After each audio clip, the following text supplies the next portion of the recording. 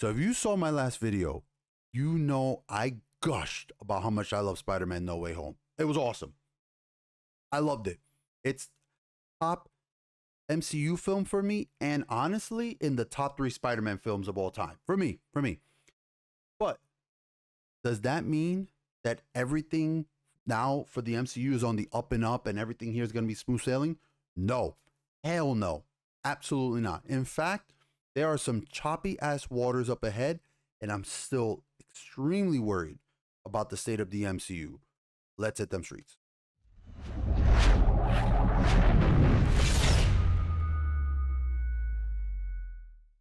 How's it going, everyone? It's your boy Jose, aka TheNYCGeek, aka TNG, aka the guy who has been wanting to have this chat with you for a while. I've been wanting to, so we're gonna have a good sit down right here, me and you, and we're gonna discuss some things about the MCU and my thoughts on a very glaring issue, a few glaring issues, but one in particular that I think is the most crucial part of everything.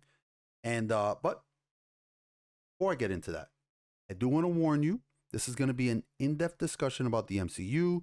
That means I need to discuss some. I will be very vague, but I do need to discuss some of the events that take place in Spider-Man No Way Home. In other words, there will be some spoilers up ahead, nothing major. I will try my best to be vague, but it's been over 2 weekends, so I feel like I could start chatting about the movie.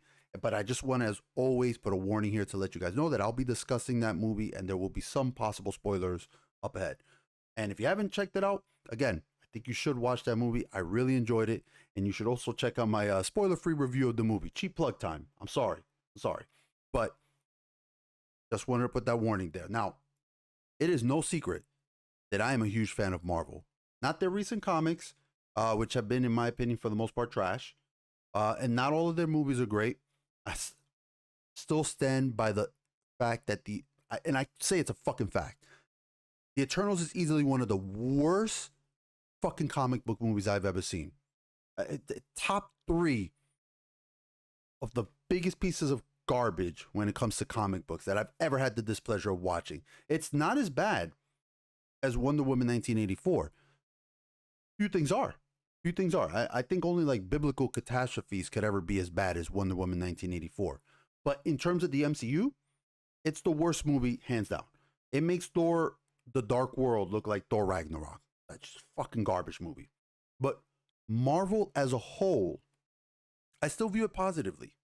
Their incredible roster of heroes and villains, some of the stories that they've told over the decades, many of the MCU films, they've kept my opinion of Marvel, the property, in the positive, I should say. Again, not a lot of the recent piles of shit that have come out over the years, like their comics, but when I look at their body of work as a whole, okay? But I just wanted to put that there, and I want to say that I've always enjoyed Marvel more than DC. Yeah, I like DC. There are characters I like in DC, a lot of characters actually, but I've liked Marvel more. And I'm not a massive comic book guru. I can't cite issues off the top of my head or any of that jazz. I am terrible at remembering the names of like directors and actors, so it's the same with movies. I'm really bad at that, so I do apologize. I wish I could. I'm always impressed when I see somebody that they look at an art style and they know the artist and they can tell you the issues that character did, that that artist did, the line. Like they'll be like, oh, they did, they did Amazing Spider-Man number 1 to like 32 or some shit like that. That's fucking awesome. It's as awesome as when I see like a person who knows sports and they can recite like, stats like that. That's not me. I wish it was. But I've always kept the praise of events in the Marvel universe, whether it be through a pull list that I had at my local comic book store, back at the apartment, or just reading up on the internet. So I've always kept in line with what's going on in Marvel. So why am I saying all this? Well, the main reason is I don't want you to immediately think I'm here to dump on the MCU. I'm not. Let's be clear. I don't think that there is anyone who can sit here and say that the Marvel Cinematic Universe, with all of its tied-in movies, television shows, the fact that they were able to tie together over 20-something movies in over a decade to the satisfying resolution that was Endgame, that's an enormous accomplishment. and one that should be applauded. Unless you are like some out of date moron like Martin Scorsese who can't get his own head out of his own ass to recognize that. I think that full applause for those first three phases of the MCU and what they led into. Amazing, the build up and everything. And I'm not shortchanging how much work Spider-Man No Way Home did, how much it had to fix, because it had to fix a lot. Okay, it had to wash away the taint that was Eternals.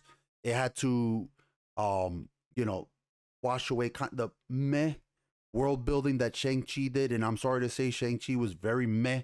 It wasn't bad, but it wasn't great either.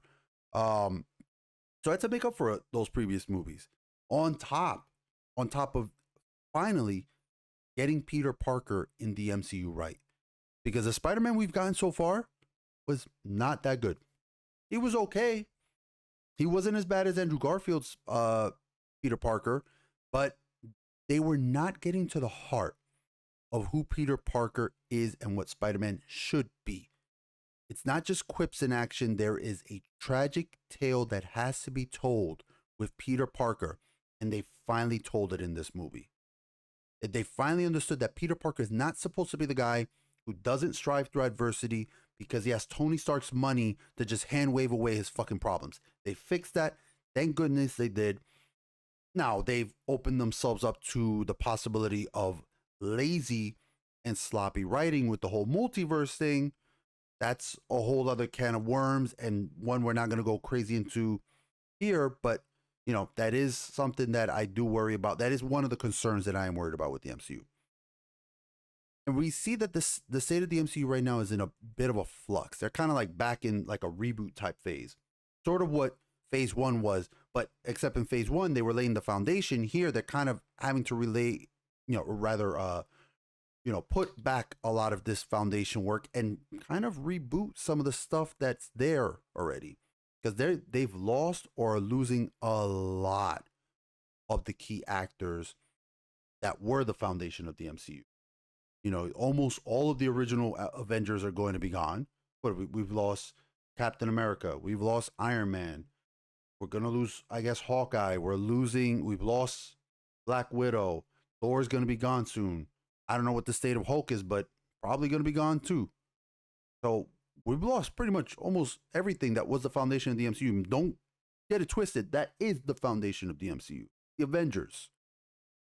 But, and then we have, we tragically lost Chadwick Boseman last year, and they're planning to bring in these variants that have never been popular in terms of comic sales. So you can see why, despite how well Spider-Man is doing, not just is doing, because it's killing it, which is awesome because it's such a slap in the face to all these terrible fucking films. We're like, oh, we couldn't make it because of the pandemic. Shut the fuck up. Do things right and they will come. Okay? But you can see why I'm still very worried. I'm still extremely worried. And we're coming to what is my biggest concern for the MCU. The one thing that helped the entirety of the Marvel Cinematic Universe, the single key piece, the glue that held it all together, and what I have always said is probably the most important part of any superhero film. At times, even more important than the hero itself. And that's the villain. Thanos was the most important part of the MCU. Everything revolved around Thanos. Let me re-emphasize that. Thanos was the most important part of the MCU. Everything. All of it revolved around him. Tony Stark isn't the fucking main character of the MCU. It's Thanos. Everything ties back to him. Even back in Iron Man 1, when we got that scene of Nick Fury telling Tony Stark about the Avengers Initiative, that crossover film wasn't just about putting together the team. Yeah, that was, the process that they went through, but it was mainly to show the audience the big bad, that end goal. They were like, look, you've got the Avengers, but we already know we're going to be doing all this. Obviously they didn't know everything that they're going to do, but you would be a fool to think that they weren't already several phases ahead in terms of what their end goal thing is, And for comic fans, we knew the moment that they started introducing the Tesseract and all this stuff, we knew that it was going to be a retelling of the Infinity Gauntlet saga, which is a storyline that lends itself perfect for the enormous crossover elements that the MCU was laying down. You know, that they were putting down the groundwork for during all these different phases. And it worked. It worked because Thanos and the build up to him was so fucking well done, especially in Avengers Infinity War. Now, I still have my complaints about the whole time travel garbage they did in Endgame, but the MCU's first 3 phases ended so well and delivered so much, and that's because we got to see Thanos lose. We got to see the heroes beating him and deliver that fitting sentence of Tony Stark dusting the Mad Titan and all his forces. That was so perfect. That worked out so well.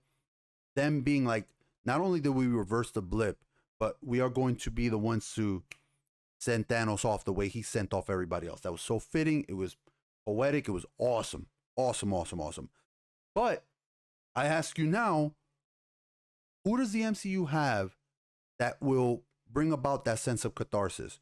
Who are we going to watch and wait to cheer for when the heroes triumph over them?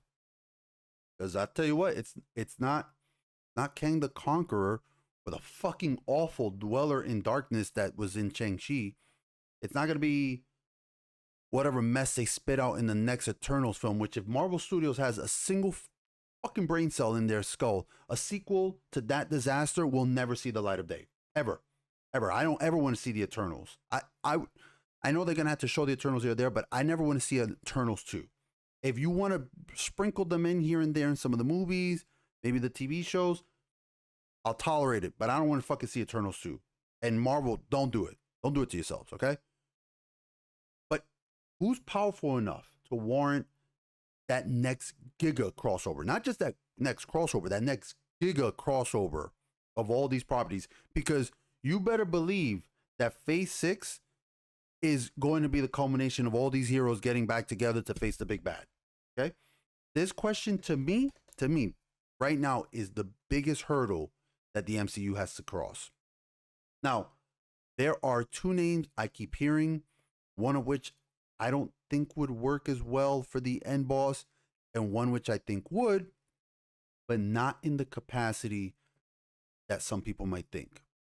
And those 2 characters are Galactus and Doctor Doom, both of which thankfully Marvel Studios has the right to bring in, and I think they ultimately should. I do. But they each have their own kind of problems that would keep them from really filling in the boots that Thanos left behind, especially for starters, Galactus. Galactus is just not a very interesting character. Yes, the concept of this cosmic being traveling across the stars to devour whole planets is fucking awesome. It's terrifying. That's so fucking cool. Like, an aside. Sometimes I sit, like, I'll look up at the stars and you know, you just think, you're like, oh, shit. The expanse of space is so just vast that you could fucking go crazy just thinking about it, you know? And to think of this threat coming from the stars, that he's just been devouring life as he's traveling to us. That shit is awesome. But Galactus works well as like a concept, you know? Like this existential threat as opposed to a character that you would put on screen, because that's kind of, you know, like, he's so much more larger than life, and that's one of the fucking problems, because he's so fucking big. You know, in terms of practicality, it's not possible to show a team of heroes fighting this planet-sized being, you know, and it's one of the problems that the second Fantastic Four movie had. It was making Galactus something both epic and opposable by human-sized heroes. You know, Guardians of the Galaxy 2 handled Ego properly, you know, fighting a fucking planet, but, you know, having them fight him in the core. But are they going to just rehash that with Galactus? Like, I don't want that. I really don't want that. And on top of that, the scale issue, you have the issue that Galactus is, personality-wise, kind of fucking boring.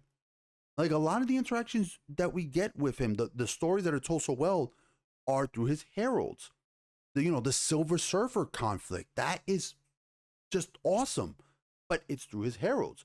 Yes, the big purple planet eater, has like he has a personality, but that's not going to translate very well on screen. It's like having them fight Arishak from the Eternals. It's just not. It's just not.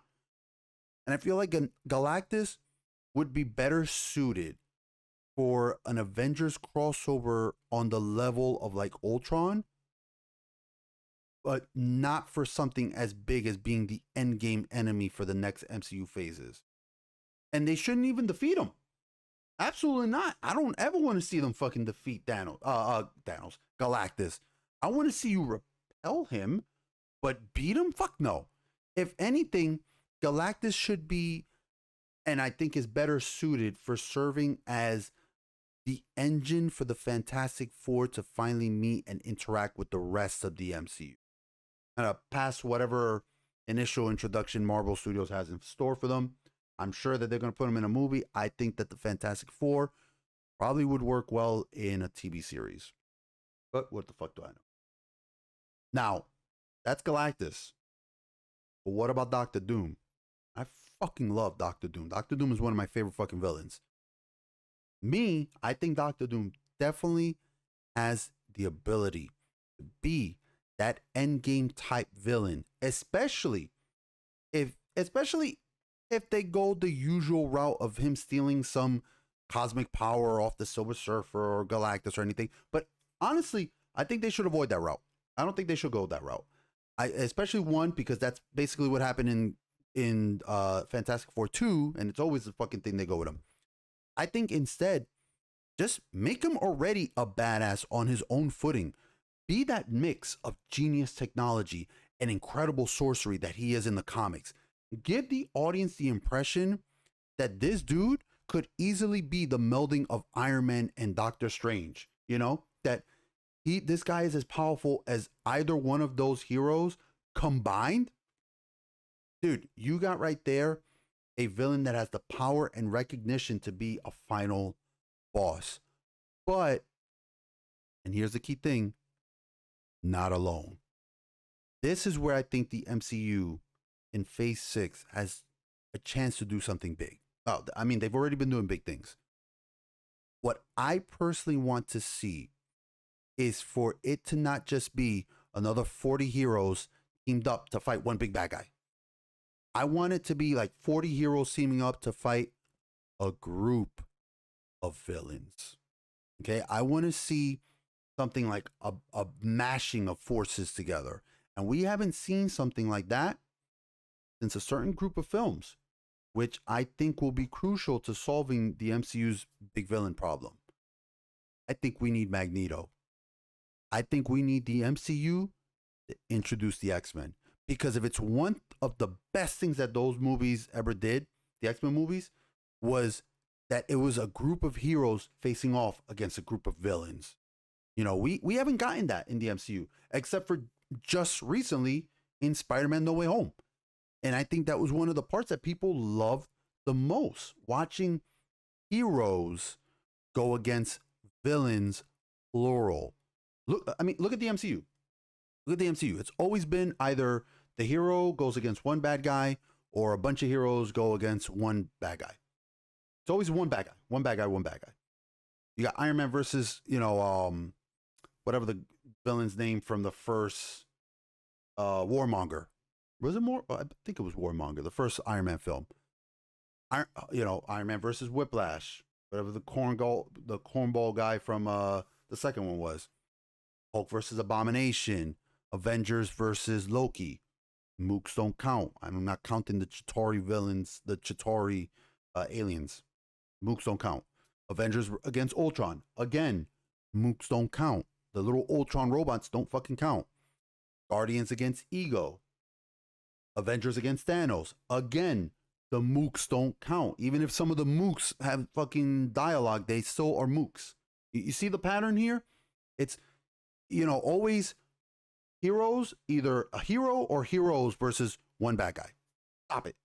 No, you need to bring in multiple villains that the heroes have to face together. Just because they're bad guys doesn't mean they can't team up. Okay? The Legion of Doom does it all the time in DC. Teams of villains do it all the time in Marvel. Shit, we got the Sinister 5. We didn't get the Sinister 6, but we got the Sinister 5, damn it. And the reason Magneto is so crucial is because he's such a recognized character. He is so well known by people who don't even read comics. You can bring in Magneto, a powerhouse of a villain that can carry a film on his own, and let's make it fucking clear. Ian McKellen did that for a bunch of fucking movies, okay? Pair him up with Doctor Doom and a couple other villains, boom. I feel like the MCU has crossed the biggest hurdle that they've got coming for them. Personally, villain-wise, I would put in Kang the Conqueror. Sure, you could put him in now. I would love to see Dr. Carla Sofin as Moonstone. Love to see her as Moonstone, she would be a great counterpart to Captain Marvel, the way she was in like the Thunderbolts comics. Maybe if they do Venom properly in the MCU and have him here. I don't like Tom Hardy's Venom at all. I don't. But maybe the whole thing that they did at the end of SpiderMan was them being like, look, we're gonna redo Venom here. Maybe put him in there. And shit, I gotta be honest, I'd even throw in Juggernaut from Deadpool 2. The Juggernaut from Deadpool 2 was fucking awesome. That was great. The point is that the MCU needs strong villains that they can form into a team instead of trying to do another fucking repeated dog pile of heroes on one single villain. I don't want to see that. And if they can work towards that, I think we're in for some fucking awesome phases and a crazy Phase 6 payoff. And it kind of works in its own pace. I don't think we're going to be seeing the Fantastic Four / X-Men until Phase 5. I feel like Disney kind of wants to wait until some of the bad, I guess, juju of those terrible X-Men movies and that terrible fucking Fantastic Four movie kind of wash away from public memory. And I think even they get that these are going to be two properties that, one, they have to introduce these properties, and two, that they feel like we need to do it right. And once you introduce those two, I think you've got your villains set up and you've got your Phase 6 ready to go. That's what I think. Anyway, I hope you've enjoyed this video, and if you did, I'd love if you can hit that subscribe button. Drop a like. I'd say drop a dislike if you don't, but YouTube is fucking dumb and got rid of that. So, but very importantly, please leave me some comments. I want to know what you guys think about what I talked about. What are your theories? If you agree, if you disagree, if you do agree, what villains do you want to see in the MCU? What do you think would make a great, I use the term League of Villains, or the Legion of Doom, rather, I should say, like DC, but what do you think would be a really good League of Villains that would be great in the MCU at Phase 6? And until then, take care of yourselves. Stay safe.